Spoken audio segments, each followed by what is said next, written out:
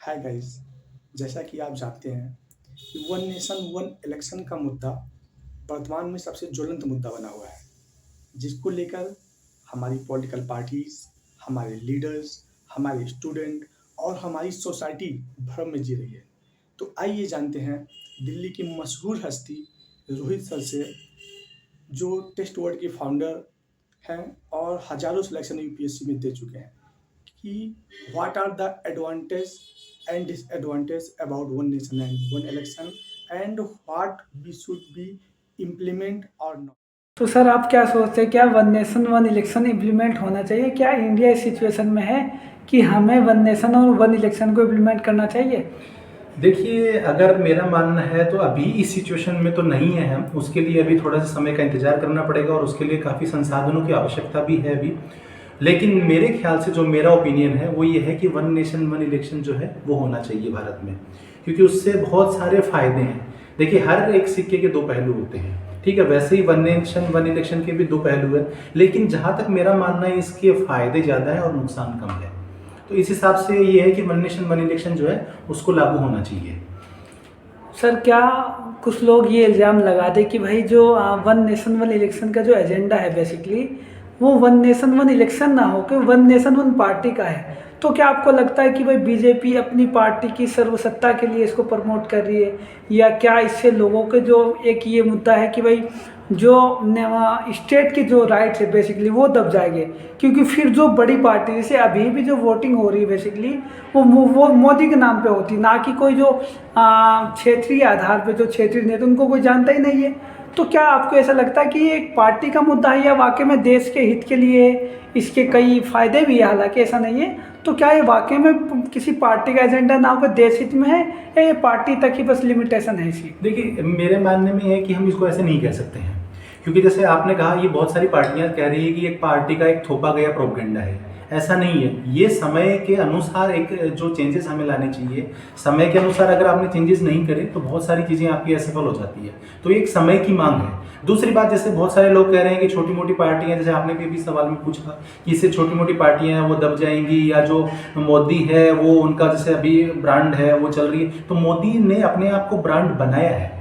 मोदी कोई ब्रांड पहले नहीं थे, मोदी ने अपने आप को ब्रांड स्थापित किया है। तो वैसे आप भी अपने आप को स्थापित कर सकते हैं जो भी है। जैसे मान लीजिए कि अगर हम यूपी की बात करें तो अखिलेश यादव है समाजवादी पार्टी के तौर पर, तो अपने आप को कुछ ऐसे काम करके वो अपने आप को स्थापित कर सकते हैं। मायावती है, या वेस्ट बंगाल में अगर हम बात करें ममता बनर्जी की, तो वो भी कर सकती है। और रही बात, आपने एक चीज़ देखी होगी, अभी इलेक्शन जब था, लोकसभा चुनाव था, उसके साथ कई विधानसभा चुनाव भी थे।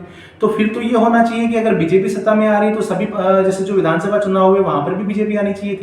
लेकिन आपने देखा कि ओडिशा या एक दो जगह को छोड़ करके काफी सारी जगह बीजेपी नहीं आई पूर्ण बहुमत से। तो इसका मतलब ये थोड़ी है कि वन नेशन वन इलेक्शन की वजह से वो सब चीजें हट जाएंगी, खाली एक पार्टी का ही वर्चस्व रहेगा। नहीं, ये सब चीजें कहने की है, इनका कोई औचित्य नहीं है अगर ग्राउंड लेवल पर देखें तो। हाँ, ये वो हो सकता है कि बहुत सारी पार्टियां अपने फायदे के लिए उन सब चीजों को कह रही है कि कैसे भी करके उनको सरकार की नीतियों का विरोध करना है। मेन इनका मोटिव ये है। जी जी, वो चीज़ नहीं होनी चाहिए। देश हित सर्वोपरि होना चाहिए हमारे लिए, क्योंकि वर्तमान समय की ये जरूरत है वन नेशन वन इलेक्शन वाली। और आप देख भी रहे हैं कि आज यूपीएससी का जो जीएस पेपर 2 का जो क्वेश्चन है उसमें भी ये पूछा है उन्होंने, वन नेशन वन इलेक्शन का क्वेश्चन। सर, मैं आपसे ये पूछना चाहता हूँ कि वन नेशन वन इलेक्शन जो है, इसके लिए राजनीतिक पार्टियां तो दिख रही हैं कि खासकर वो पार्टियां जो सत्ता पक्ष में है कि इसे लागू किया जाए। क्या हमारी देश की जनता एक्चुअल में इसके लिए तैयार है?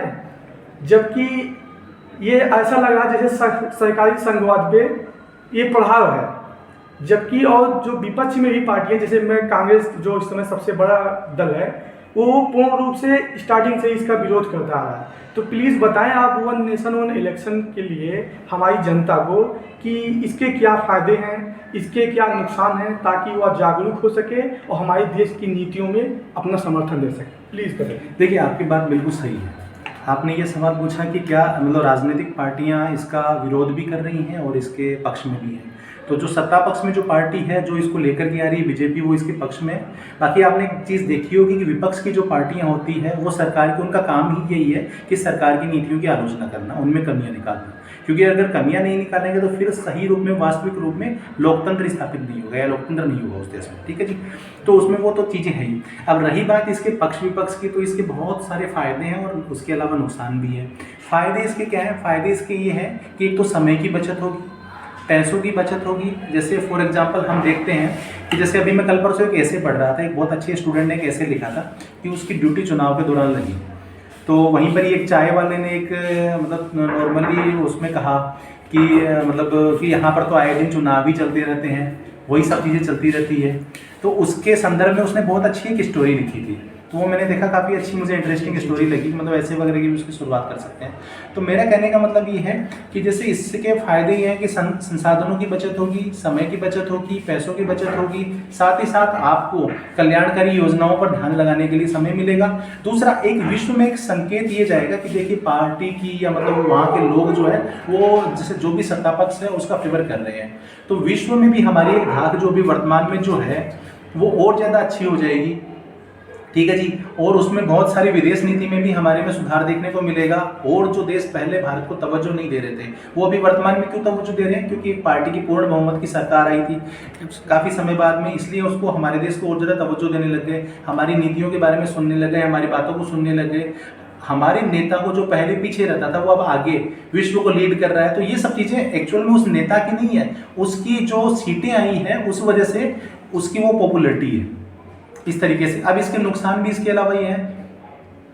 अब अगर हम बात करें इसके नेगेटिव मुद्दों की, तो नेगेटिव मुद्दों में क्या है? नेगेटिव मुद्दों में ये है कि कुछ क्षेत्रीय पार्टियां अपने आप को थोड़ा सा इसमें कंफर्ट फील नहीं कर रही है। उनको ये लग रहा है कहीं ना कहीं, जैसे 2014 का हम इलेक्शन देखें तो मोदी लहर चली थी, उसमें मोदी जी की आंधी चली थी और बहुत सारी सीटें, जैसे आप उत्तर प्रदेश में देखें, आप पूरा सुपड़ा का सुपड़ा साफ हो गया पार्टियों का। तो उनको कहीं ना कहीं ऐसा डर है कि अगर सेंटर में ऐसी कोई सरकार की वो चली तो लोगों के मन में स्टेट में भी वही चलता रहेगा। तो उस वजह से हमारी जो प्रोपेगेंडा है, हमारी जो नीतियां हैं वो फ्लॉप फेल हो जाएंगी।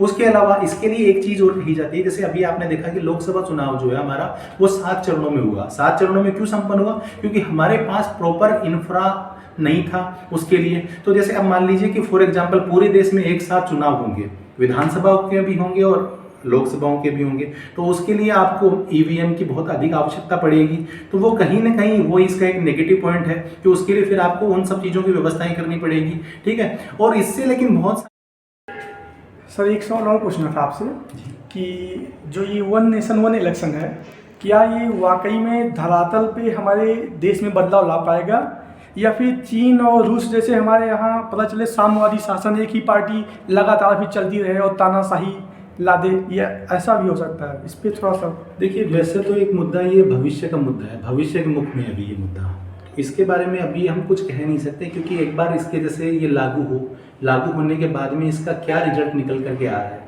वो हमें अगले 5 सालों तक जा करके पता चलेगा उन सब चीज़ों के बारे में। वैसे तो हाँ, ये आपकी बात सही है कि हो सकता है कि ये एक पार्टी का मुद्दा बन करके रह जाए, एक पार्टी की नीतियों का मुद्दा बन करके रह जाए, या एक पार्टी फायदे के लिए बन कर रह जाए। लेकिन ऐसा जहाँ तक मुझे लगता है, मेरा जो मानना है वो, मुझे जहाँ तक लगता है कि ऐसा नहीं है। क्योंकि अगर ऐसा होता तो जैसे अभी हमें रिजल्ट देखने को मिल जाता, क्योंकि अभी जो चुनाव में जो रिजल्ट आया है तो पूर्ण बहुमत किसी भी पार्टी को नहीं मिला है, वापस गठबंधन की सरकार आई है। बीजेपी की आपने देखा कि 240 सीटें हुई थी और 272 उनको बहुमत के लिए चाहिए थी, तो उनको अदर पार्टियों का समर्थन लेना मजबूरी उनके लिए हो गई थी। तो ये नहीं है कि उन्होंने जैसे अपने फायदे के लिए उसको देखा हो, क्योंकि हाँ हो सकता है कि अगर वो पूर्ण बहुमत से आती तो अपने फायदे के लिए उसको वो लागू कर सकती थी।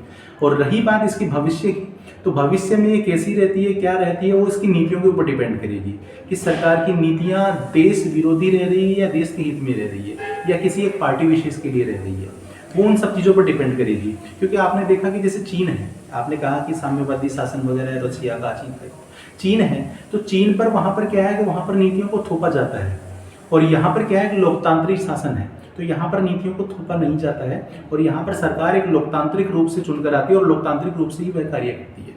तो जहाँ तक मुझे लग रहा है, तो मेरा तो यही कहना है या मेरा तो यही मानना है कि मुझे लगता है कि ये देश के लिए एक अच्छा कदम साबित होगा सरकार का, और इसका भविष्य में भी हमें बहुत सारे रिजल्ट देखने को मिलेंगी। बहुत सारी चीज़ें हैं जिसकी कमियां रहती हैं, समय रहते हैं उन कमियों को दूर करके और उन सब चीज़ों को दूर किया जा सकता है। और अगर आपको लगता है ऐसा कि जैसे सरकार का हो सकता है कि इसमें मतलब कुछ थोपेंगी आगे जाकर कुछ करेंगे, तो उसके लिए यहाँ पर हमारे यहाँ स्वतंत्र न्यायपालिका भी है, जिसने समय समय पर अपना रिजल्ट दिया है और समय समय पर लोगों को दिखाया है कि जो न्यायपालिका है वो स्वतंत्र रूप से जो हमारी विधायिका या जो कार्यपालिका है उससे अलग है, वो अपना निर्णय स्वतंत्र रूप से होकर के लेती है।